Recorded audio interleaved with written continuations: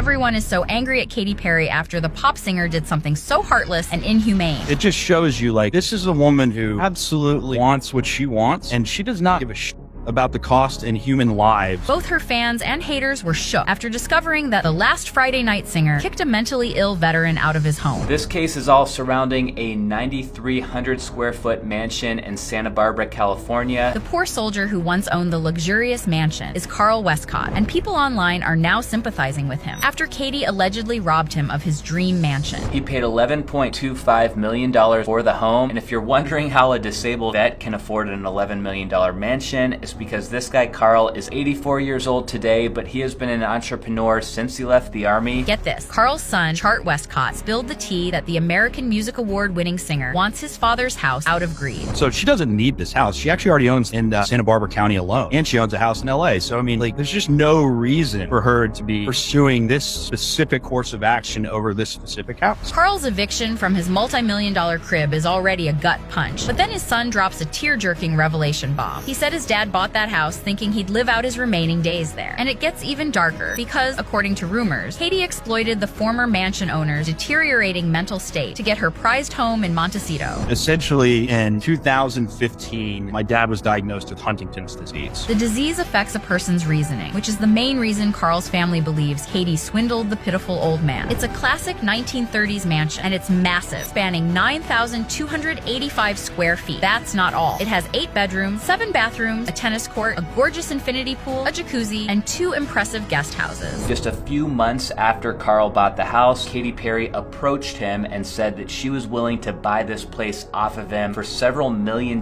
more than he paid for it. She offered him $15 million, which he accepted. Katy thought it was a done deal, but then the veteran turned entrepreneur suddenly wanted his dream home back and attempted to cancel the transaction. Just 5 days prior to Katy Perry and this guy Carl working this deal out, Carl had undergone a very serious spinal surgery on his back. In late November 2023, a Los Angeles County Superior Court judge sided with Katy because Carl couldn't provide evidence that he could not enter into a real estate contract because of his poor mental state. She has countersued and is now seeking over $5 million in damages from Carl, saying she incurred all these costs as a result of income she in Orlando missed out on, since she has not been allowed to move into the house for the last 3 years and had to find another place to live. You know what's insane? This isn't Katy's first scandalous real estate lawsuit. Back in 2015, she tried to buy an 8-acre convent from the Archdiocese of Los Angeles for $14.5 million. But the deal went sideways when the 2 nuns residing there sold it to another buyer. I feel like Katy Perry kind of needed this win. She's had a bad string of luck her last couple of real estate deals. People online are baffled as to why the dark horse singer is buying so much property that she would do something as unhinged as suing a sick old man after evicting him from his home. From the looks of it, there's something more terrifying than Katy's roar, and it's a multi-million-dollar lawsuit.